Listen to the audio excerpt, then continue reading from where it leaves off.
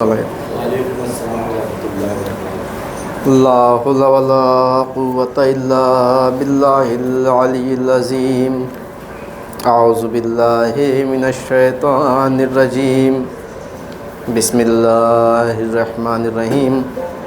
الحمد للہ الذی ہدانا لہذا وما كنا لنهتدی لولا ان ہدانا اللہ لقد جاءت رسل ربنا بالحق۔ الصلاة والسلام على اشرف الانبیاء والمرسلین خاتم النبیین بالقاسم محمد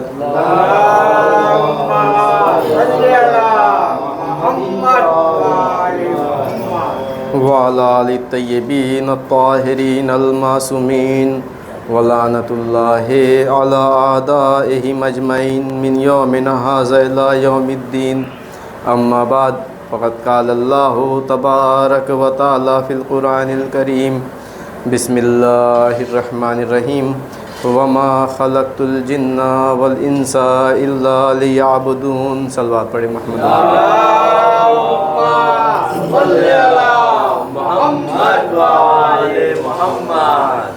عزیزان گرامی و بزرگان قدر، خالق کائنات اپنی بابرکت کتاب قرآن مجید میں ارشاد فرما رہا ہے، وما خلقت الجن والانس الا لیعبدون، کہ ہم نے انسانوں اور جنوں کو خلق نہیں کیا لیکن صرف اپنی عبادت کے لیے۔ یہاں اللہ تعالیٰ مقصد حیات انسان کو بیان کر رہا ہے کہ ہم نے جو تمہیں اس دنیا میں بھیجا ہے، جو تمہاری خلقت کی ہے، تو تمہاری خلقت کا نتیجہ کیا ہے، تمہیں دنیا میں جا کر کن چیزوں کو انجام دینا ہے۔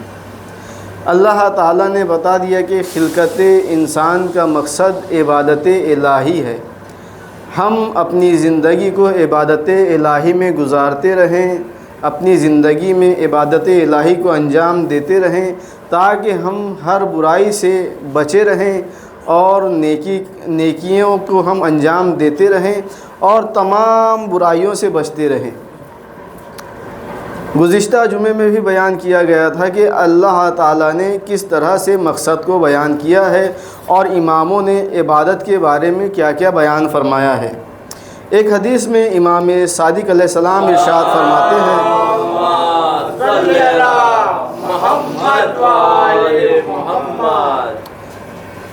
لوگ تین وجوہات کی بنا پر خداوند عالم کی عبادت کرتے ہیں۔ گزشتہ جمعے میں بیان کیا گیا تھا، یہ جمعے میں انشاءاللہ عبادت کی کچھ خاص چیزیں کہ جس میں امام فرما رہے ہیں، ایک طبقہ ثواب کی لالچ میں عبادت کرتا ہے، یعنی صرف ثواب حاصل کرنے کے لیے کہ مجھے ثواب مل جائے تاکہ میں اس کے ذریعے سے جنت میں چلا جاؤں۔ عبادت کی لالچ میں عبادت کرتا ہے، یہ حریص لوگوں کی عبادت ہے، یعنی اس میں حرص پایا جاتا ہے، لالچ پائی جاتی ہے، جو دراصل طمع اور لالچ ہے۔ دوسرا طبقہ جو ہے جہنم سے بچنے کے لیے عبادت کرتا ہے، یعنی یہ خوف کی بنا پر عبادت کرتا ہے، اس میں خوف پایا جاتا ہے۔ اور یہ غلاموں کی عبادت ہے جو دراصل خوف ہے لیکن اللہ تعالیٰ کی محبت کی بنا پر عبادت کرتا ہوں۔ امام فرما رہے ہیں، میں جو عبادت کرتا ہوں وہ اللہ تعالیٰ کی محبت کی بنا پر عبادت کرتا ہوں۔ یہ شرفاء کی عبادت ہے اور یہ امن و امان ہے، کیونکہ خداوند عالم کا ارشاد ہے، وَهُم مِّن فَزَعٍ يَوْمَئِذٍ آمِنُونَ، اور وہ لوگ روز قیامت کے خوف سے امان میں رہیں گے۔ جو امام فرما رہے ہیں کہ میں اللہ تعالیٰ کی محبت کی بنا پر عبادت کرتا ہوں۔ اسی کو امام علی علیہ السلام نے بھی بیان کیا ہے کہ میں نہ تو خوف خدا سے عبادت کرتا ہوں، نہ جنت کی لالچ میں عبادت کرتا ہوں، وہ لائق عبادت ہے اس لیے میں عبادت کرتا ہوں۔ تو انسان جب معرفت خداوند عالم کو جان لے تو وہ واقعاً اس کی عبادت ویسے کرنا شروع کر دیتا ہے۔ اب عبادت کی قسمیں بیان کر رہے ہیں۔ پیغمبر اکرم ارشاد فرماتے ہیں عبادت کے 70 اجزاء ہے، جن میں سے سب سے افضل جز جو ہے وہ حلال رزق کا طلب کرنا ہے۔ حلال رزق و روزی کمانا بھی یہ ایک بہترین قسم کی عبادت شمار کی گئی ہے۔ اب کیا کیا چیزیں عبادت ہے وہ یہاں بیان کی جا رہی ہے کہ کس طرح سے انسان اپنی زندگی کو عبادت الہی میں گزار سکتا ہے۔ تو یہاں پیغمبر نے بتایا کہ عبادت کے 70 اجزاء ہے، جس میں سے سب سے بہترین جز جو ہے وہ حلال رزق کا کمانا ہے، حلال روزی کا حاصل کرنا ہے۔ حضرت علی علیہ السلام نے فرمایا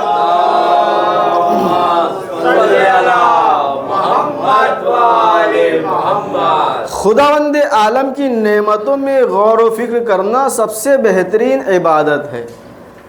خداوند عالم کی نعمتیں یعنی جو طرح طرح کی نعمتیں ہمیں عطا ہوئی ہے، اگر ہم ہر ایک نعمت پہ غور و فکر کریں تو واقعاً ہم توحید الہی کی طرف پلٹتے چلے جاتے ہیں۔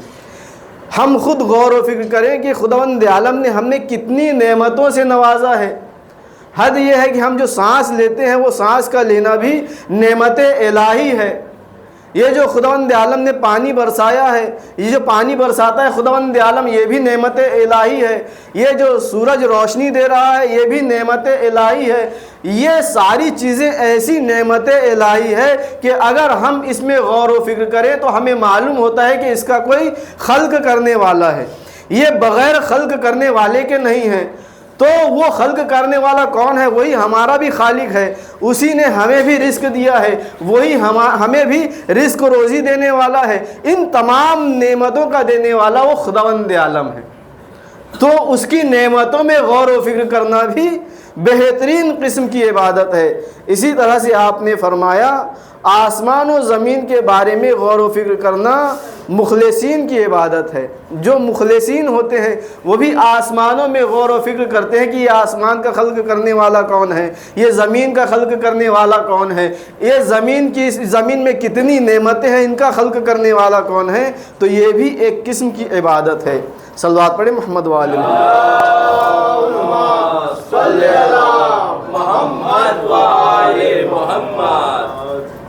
ایک حدیث میں مولا کائنات ارشاد فرما رہے ہیں نرم گفتگو اور بلند آواز سے سلام کرنا بھی عبادت ہے۔ یعنی گفتگو جب کرے تو اس میں نرم لہجہ اختیار کرے۔ جب کسی بندہ مومن سے بات کر رہا ہو تو لہجہ ایسا نہ ہو کہ ایسا لگے کہ کوئی بدتمیزی کر رہا ہے، نہیں، نرم لہجے کے ساتھ انسان آپس میں گفتگو کرے۔ اور جب سلام کرے تو بلند آواز سے سلام کرے تاکہ بندہ مومن کو معلوم ہو کہ کسی نے سلام کیا ہے۔ اس لیے کہ سلام کرنا تو خود بذات خود کیا ہے؟ مستحب ہے، سنت ہے، لیکن اس کا جواب دینا واجب ہے۔ لہٰذا جب بندہ مومن بلند آواز سے سلام کرے گا تو سامنے والے کو معلوم ہوگا کہ کوئی سلام کر رہا ہے، تب جا کر وہ جواب دے گا۔ ورنہ ایسے ہی کئی مرتبہ مومنین کے درمیان بدگمانی ہو جاتی ہے کہ دھیرے سے سلام کر کے نکل گئے، سامنے والے نے سنا نہیں اور جواب نہیں دیا۔ اب بعد میں اعتراض ہوتا ہے کہ ہم نے تو سلام کیا، ہمارے سلام کا جواب نہیں دیتے ہیں۔ لہٰذا یہاں بیان ہو رہا ہے کہ جب سلام کرو تو بلند آواز سے سلام کرو تاکہ سامنے والا تمہیں جواب دے سکے۔ صلوات پڑھیں محمد وآل محمد۔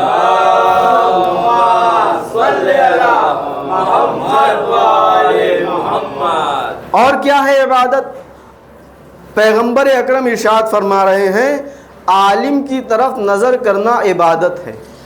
عالم کی طرف نظر کرنا عبادت ہے، عادل امام کی طرف دیکھنا عبادت ہے، والدین کی طرف محبت سے دیکھنا عبادت ہے، اور اس بھائی کو دیکھنا بھی عبادت ہے جس سے خدا کے لیے محبت کرتا ہے۔ یعنی وہ بندہ مومن جو خدا سے محبت کرتا ہو، ائمہ اہل بیت سے محبت کرتا ہو، اس کی طرف دیکھنا بھی، اس سے بھی محبت کرنا بھی عبادت ہے۔ اسی طرح امام نے فرمایا، صلوات پڑھیں محمد وآل محمد۔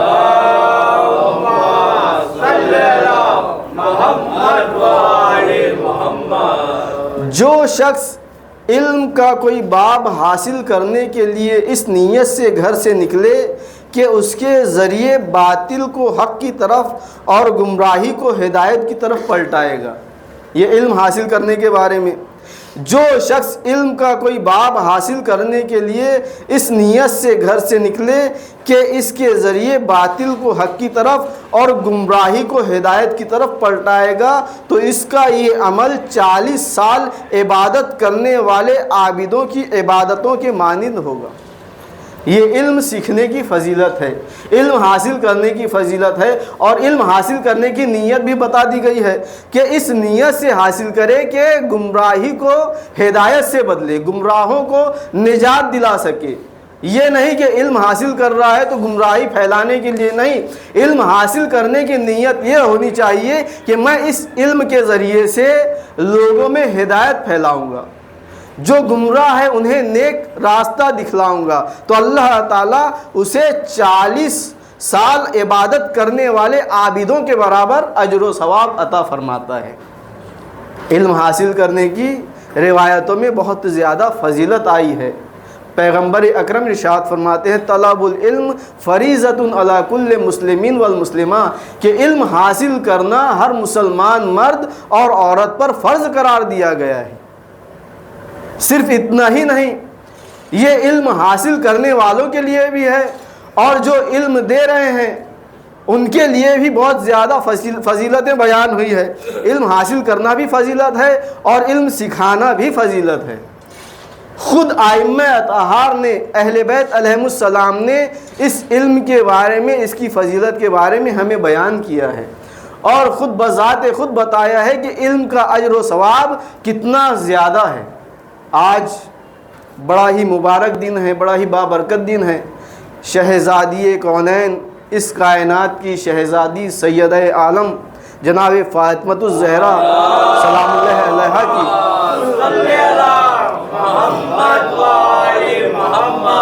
ولادت کا دن ہے۔ دیکھیے یہ باعظمت خاتون جناب سیدہ علم کے بارے میں کیا فرماتی ہے۔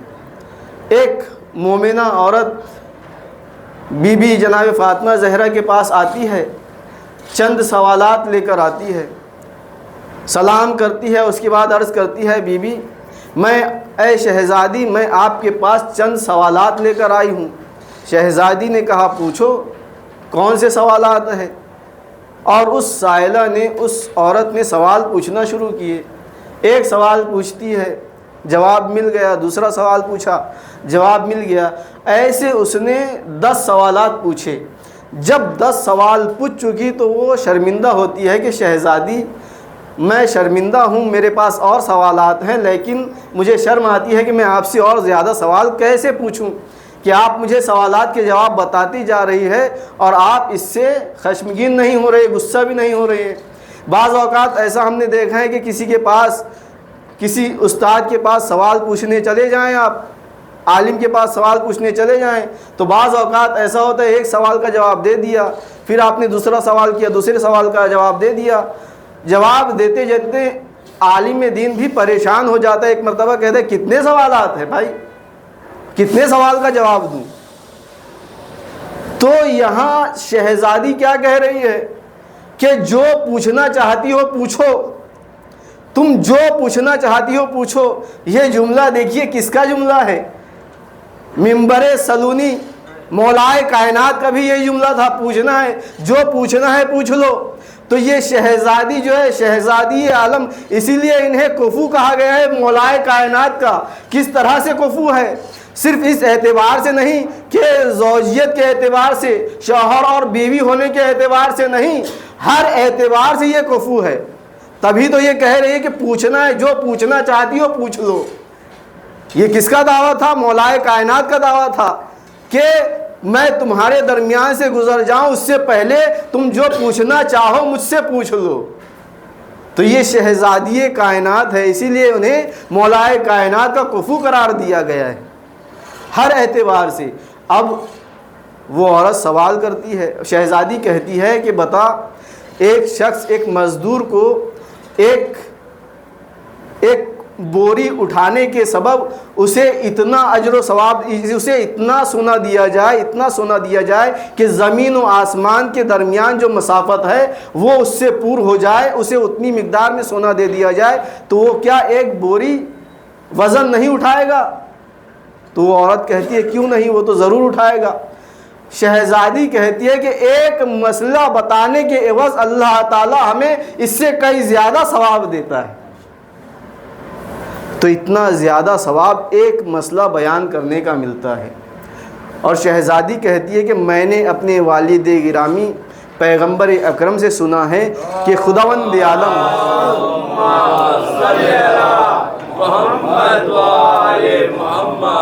روز قیامت شیعہ علماء کو بہترین لباس، نورانی لباس عطا کرے گا۔ کس کے سبب؟ یہ مسئلہ بتانے کے سبب انہیں نورانی لباس عطا ہوں گے شیعہ علماء کو۔ اتنی فضیلت ہے علم حاصل کرنے کی۔ تو شہزادی کو تو کوئی ضرورت نہیں ہے کسی چیز کی، وہ مالک جنت و کوثر ہے، لیکن انہوں نے بتایا کہ علم بیان کرنے کی، مسئلہ بتانے کی کیا فضیلت ہے اور مسئلہ سیکھنے کی کیا فضیلت ہے۔ صلوات پڑھیں محمد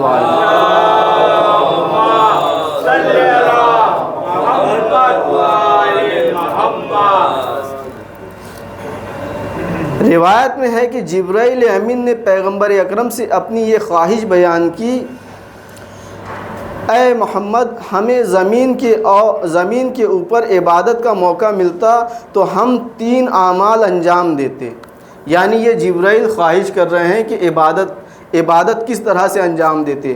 اگر ہمیں زمین کے اوپر عبادت کا موقع ملتا تو ہم 3 اعمال انجام دیتے۔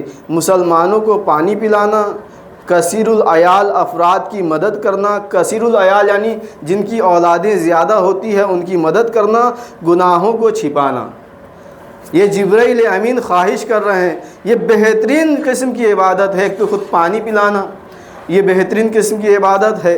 کثیر العیال افراد جن کی اولادیں زیادہ ہوتی ہے، وہ اپنی اولاد کا خرچہ نہیں اٹھا سکتے تو ان کی مدد کرنا، اور گناہوں کو چھپانا۔ یہ اللہ کی صفت میں سے ایک صفت ہے۔ اللہ ستار العیوب ہے۔ اللہ ہر بندے کے گناہوں کو چھپاتا ہے۔ اللہ تعالیٰ بہترین جانتا ہے کہ کون سا بندہ کب اور کہاں کس گناہ کو انجام دیتا ہے۔ وہ ہر چیز پر قادر ہے، ہر چیز پر قدرت رکھتا ہے۔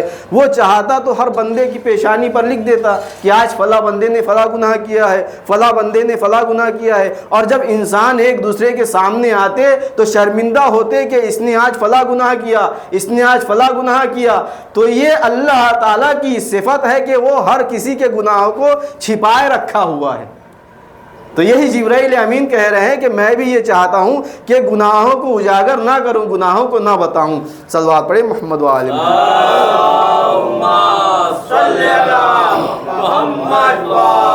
محمد۔ اور ایک عبادت مفلس و پریشان لوگوں کی مدد کرنا، یتیموں کی مدد کرنا، پریشانوں کی مدد کرنا، یہ بھی ایک قسم کی عبادت ہے۔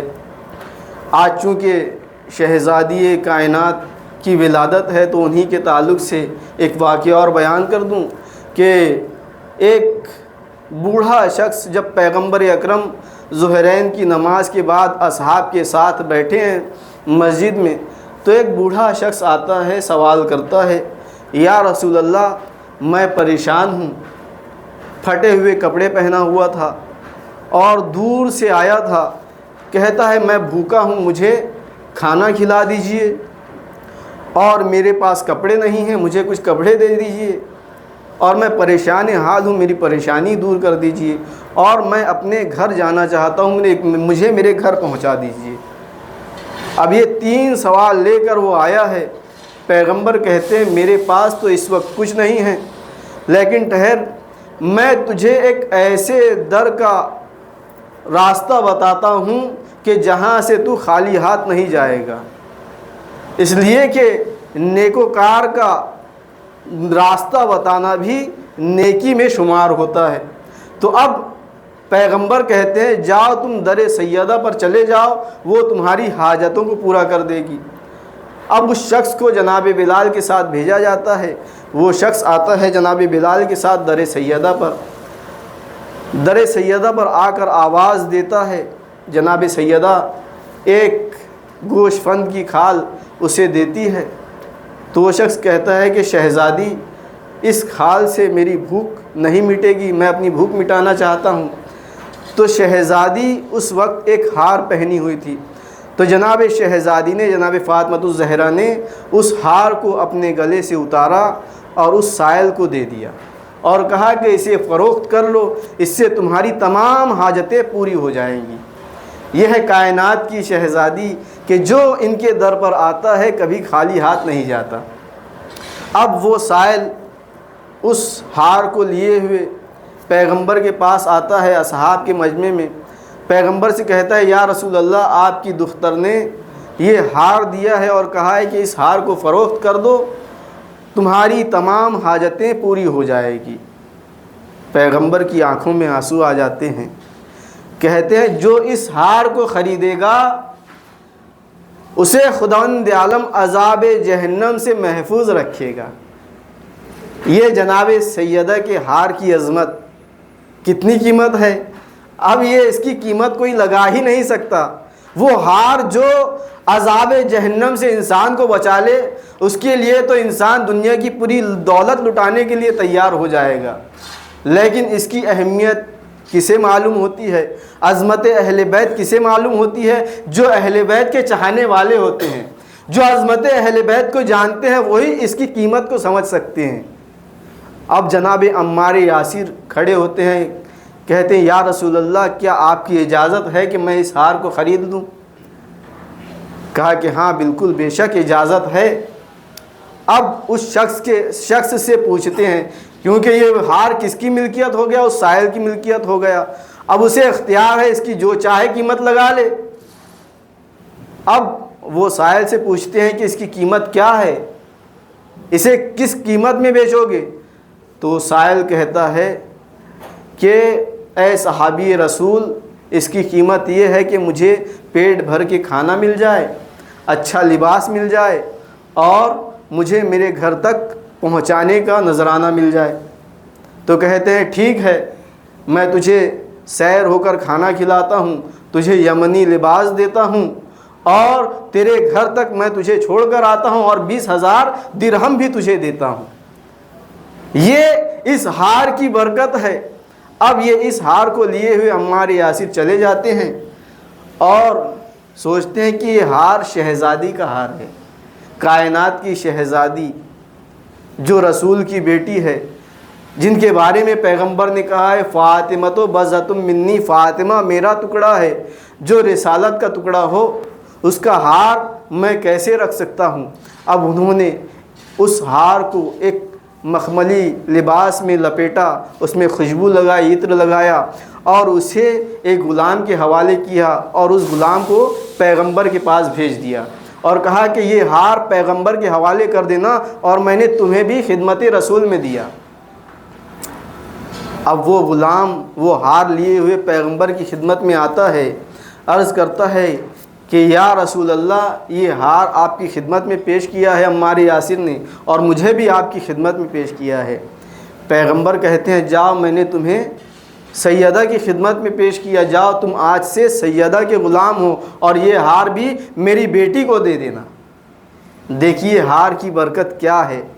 اب یہ غلام وہ ہار لیے ہوئے شہزادی کونین کے پاس آتا ہے، دروازے پر آتا ہے، آواز دیتا ہے اور کہتا ہے کہ آپ کے بابا جان نے یہ ہار آپ کے حوالے کیا ہے اور مجھے بھی آپ کی خدمت میں پیش کیا ہے، آپ کی غلامی میں پیش کیا ہے۔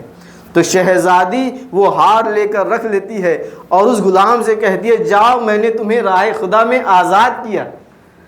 اب یہ سننا تھا، وہ غلام مسکرانے لگتا ہے۔ شہزادی پوچھتی ہے تمہارے مسکرانے کا سبب کیا ہے؟ تو وہ غلام کہتا ہے میں اس ہار کی برکت پر مسکرا رہا ہوں کہ یہ کتنا بابرکت ہار ہے کہ اس کے ذریعے سے ایک برہنہ کو لباس مل گیا، ایک بھوکے کو پیٹ بھر کے کھانا مل گیا اور گھر جانے کے لیے سواری مل گئی اور اس کے ذریعے سے ایک غلام آزاد ہو گیا اور اس کی برکت یہ ہے کہ اپنے مالک کے پاس واپس لوٹ کر آ گیا۔ جب شہزادی کے ہار کی یہ برکت ہے تو وہ شہزادی کتنی بافضیلت، کتنی بابرکت ہوگی۔ صلوات پڑھیں محمد وآلہ۔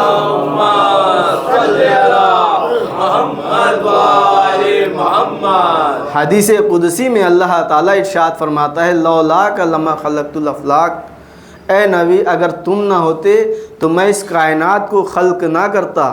اس کے بعد ارشاد فرماتا ہے اے نبی اگر علی نہ ہوتے تو میں تمہیں خلق نہ کرتا۔ اور اس کے بعد ارشاد فرماتا ہے اے نبی اے علی اگر فاطمہ نہ ہوتی تو میں تم دونوں کو خلق نہ کرتا۔ یہ ہے عظمت جناب سیدہ۔